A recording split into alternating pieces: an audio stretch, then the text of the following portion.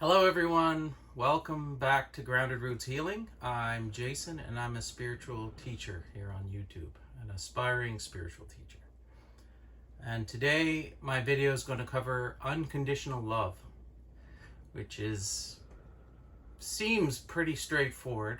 I think everybody might even have a feeling what they think they know what it is. But do you really? Do you really love yourself unconditionally?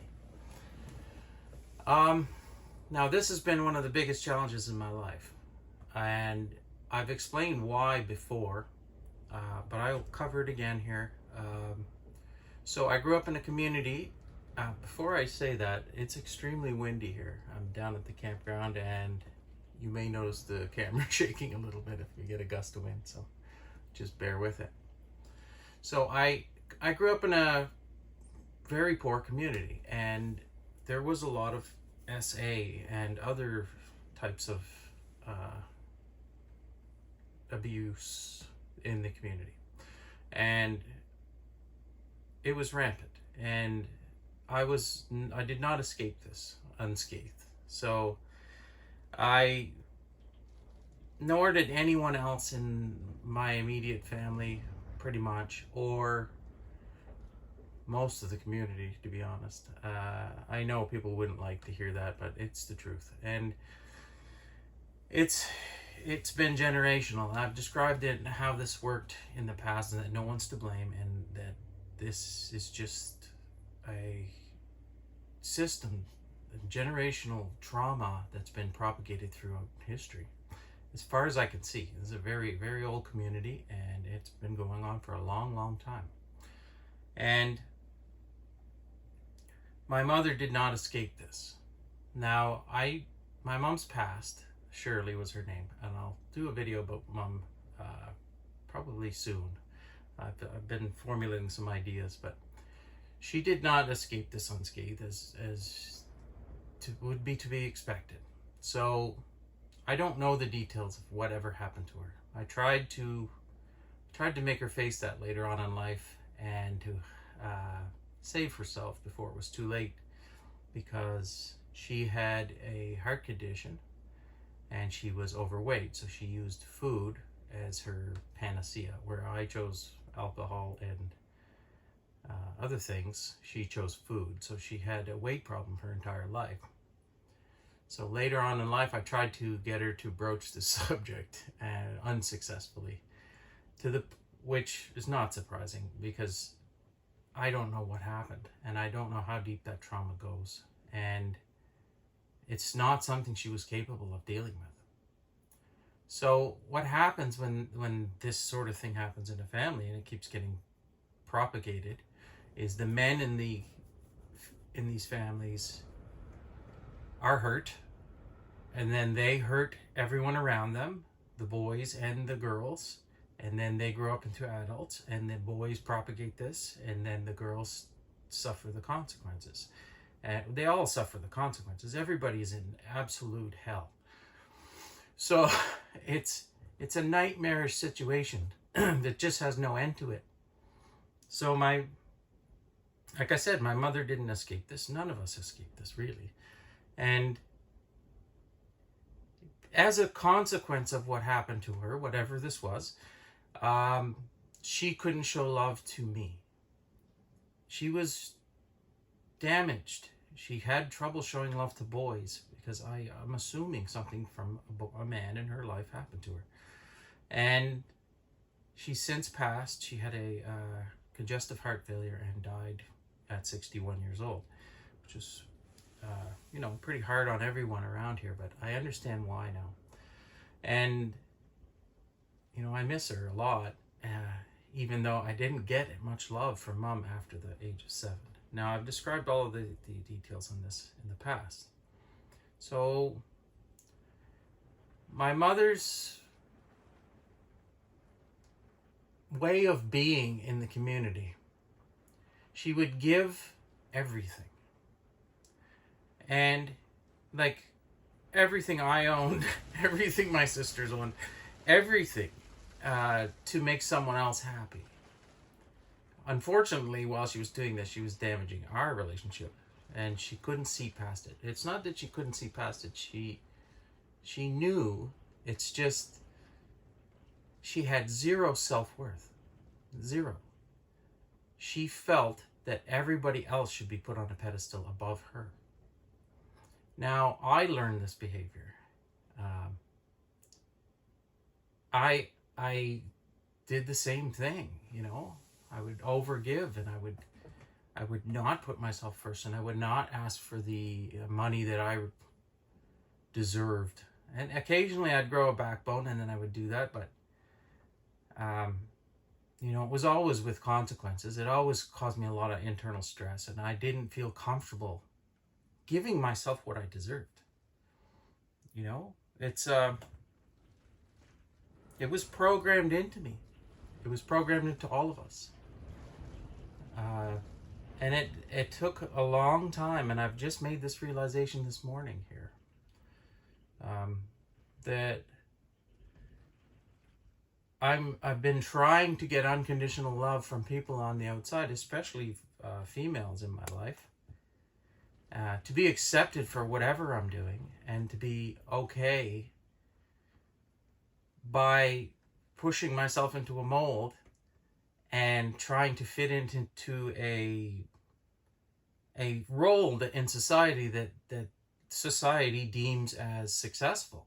I've been trying to force myself into that so that everyone around me will look at me and say, oh, how good of a job I've done, or how good of a father I am, or how good of a provider I am. Because I couldn't put myself first. Now, I have since I had this awakening, I've since quit my job. Flat out quit. I just left. I gave my 2 weeks notice and I've gone. And this was a high paying position. I had worked really hard and made a lot of decisions out of fear to get myself in this position. And it was a position a lot of other people would have killed for. And I couldn't do it anymore. I couldn't. It's not me. Just because I'm good at something doesn't mean it's me. You know, I'm good at a lot of things. I have a lot of skills, and I'm a capable human being. I can force myself into a lot of roles, or at least I used to be able to, and be successful. But I can never get to that place where you're ultimately successful, i.e. you are happy in what you're doing.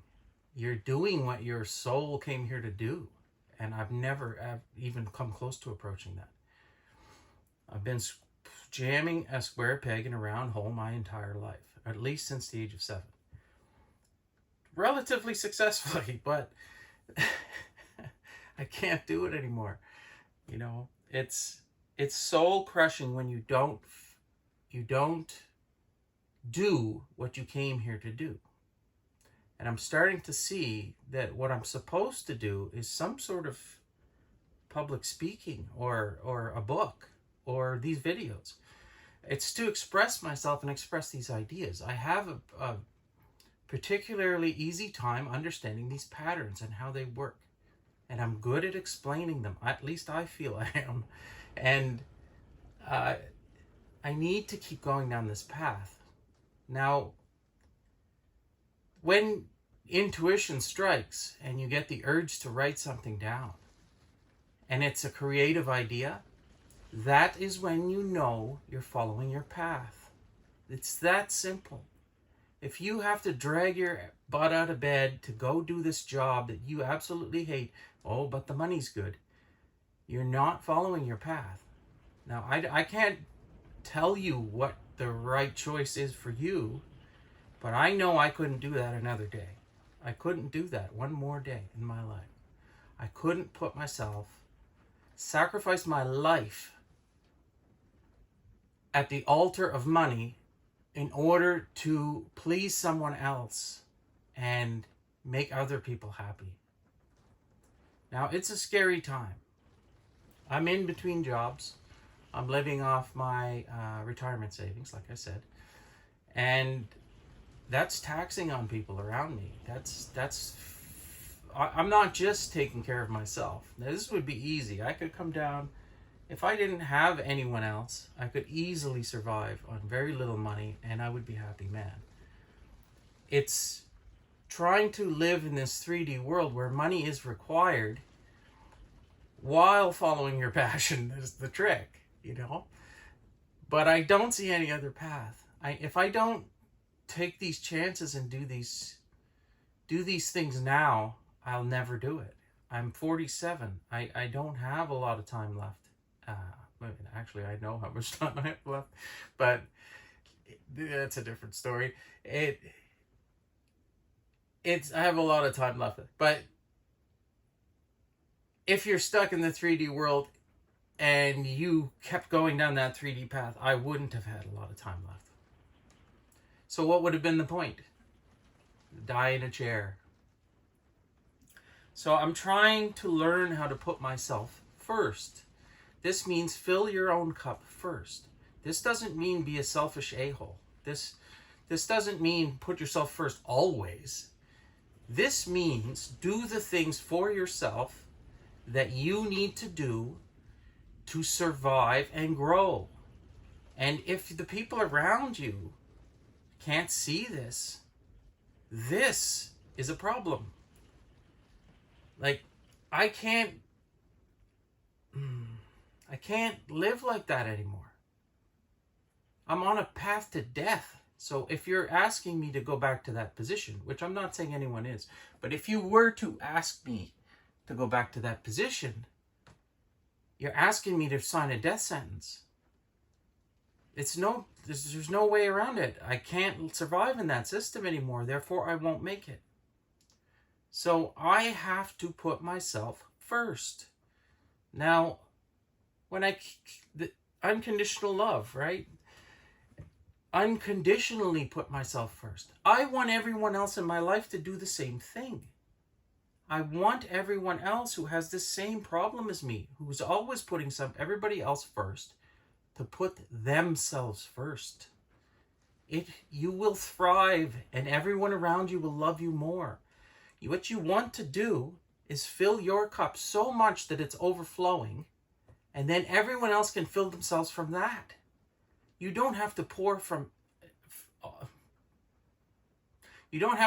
out of your own cup that's already half full into someone else's. It's not the right choice. And that's what, to me, unconditional love is. It's recognizing that in yourself and everyone else's right to do the same thing around you.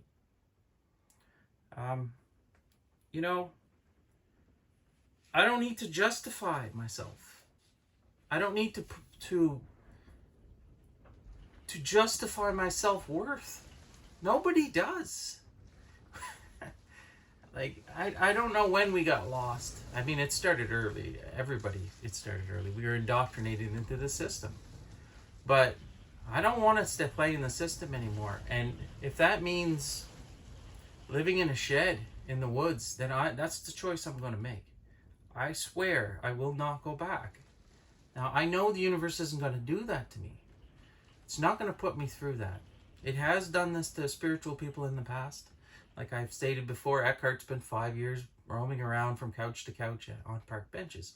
I don't want to do this. This is not what I've seen for my future. This is not what I've seen when I follow my bliss, as they say. When you follow the thing that gives you that spark. And for right now, that's making videos for me. I don't know if anything else is going to come. I don't understand. I'm not supposed to get it. This is a surprise. And I just have to go with the flow. And whenever some sort of creative spark, like I said earlier, comes, I'm going to follow it and see what happens. And that is self-love. It's all one thing. It's self-respect, it's self-love, it's self-mastery, you know? So there's unconditional love. Now, I've tried this in the past. Back in my 30s, I went on trips by myself or with other guys.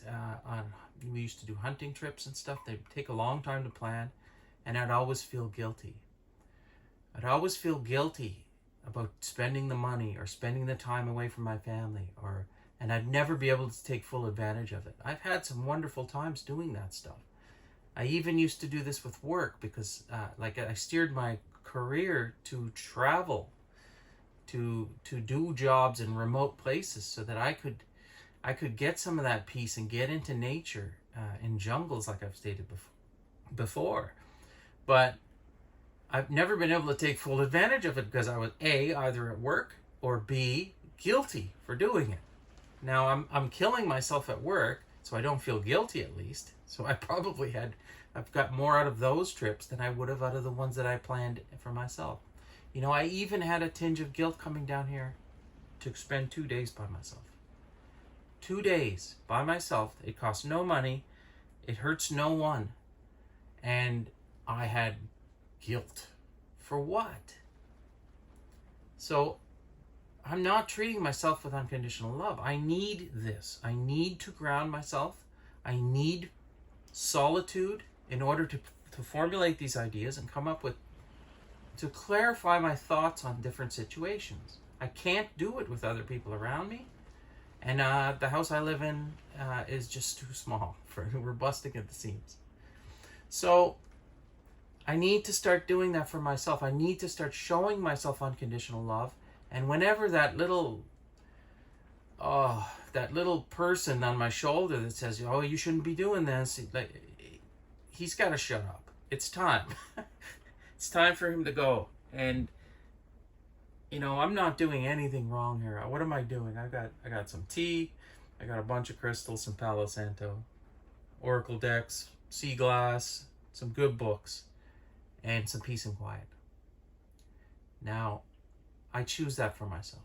I give that to myself. I give myself unconditional love, and I do it without regret. So, and like I said before, I want this for everybody in my life. I think if you want harmony in a family or in any relationship in your life, you want the other person to be doing this for themselves too. If they're doing it for themselves, you're both pouring from full cups, and it can only end well. So that's my goal. I'm going to keep working at this. And as I always say, I hope this video finds you well. I love you all, and we'll see you tomorrow.